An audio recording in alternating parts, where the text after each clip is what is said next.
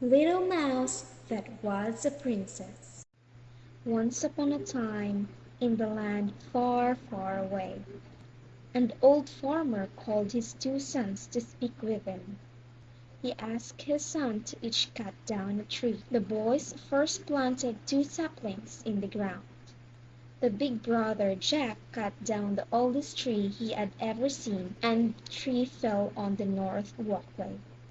Later, youngest brother Thomas cut down an old tree, but his tree fell in the middle of the forest road. Both brothers set out of the great courage.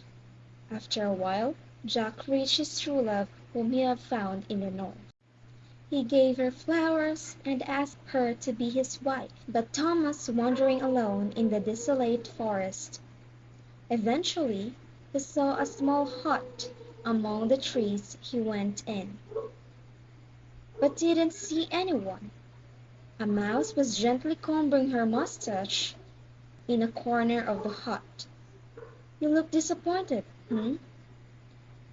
"Okay, but you are a mouse, not a human. I came here to find the love of my life." The little mouse told Thomas that she could be the love of his life, but Thomas didn't believe it. "Then I am sorry. You won't find another girl in this forest. I am the only one here to be your true love. But how can I trust you?" "I promise you, right now, with all my heart, I will be your princess." Thomas was impressed by these words, and felt that somehow this must be true love. That evening the two brothers told their farmer father about the people they had met. "Tell me, can the people you met cook well?" "Yes, she can cook." "Then I ask each spouse to make me a loaf of bread."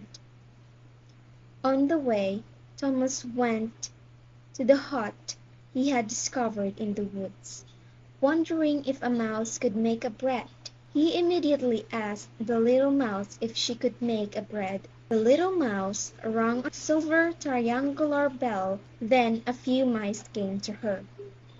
The little mouse asked them for the best wheat grain they could find as Thomas watched in the amazement. One of the mice brought the best wheat grain. The little mouse made a delicious bread from this wheat grain. Thomas thanked the little mouse and returned home immediately. Big brother Jack brought his father rye bread, and Thomas a fresh wheat bread.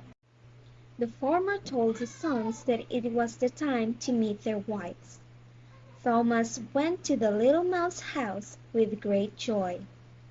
The little mouse in her best attire around the silver triangular bell, a beautiful car with a driver came right before her. The mouse got into the car and they drove home with Thomas. As they were moving along the road, they came across the rickety bridge built over the river. The mouse driver did not notice a stone on the bridge, and it made the car bounce the mouse right into the river with her car. Thomas wept on the bridge, and a tear fell into the deadly river waters below. Beautiful young lady appeared in front of him. She had silver hair and blue eyes. "Thomas, it's okay. Come, or we'll be late. I've been under an evil spell for a long time. If your tears hadn't mixed with the river waters, I would have remained a mouse for the rest of my life. Thanks for your love for me. I am a princess again, Thomas." Thomas and the beautiful princess finally arrive at the Thomas house. It turns out that Thomas' luck was not due to the tree, but the fact that he was kind to every animal and human being he saw. From that day on, Thomas and the beautiful princess, who was once a mouse, lived happily together for a lifetime. This is Elizabeth Barrientos telling you a story about Little Mouse That Was a Princess.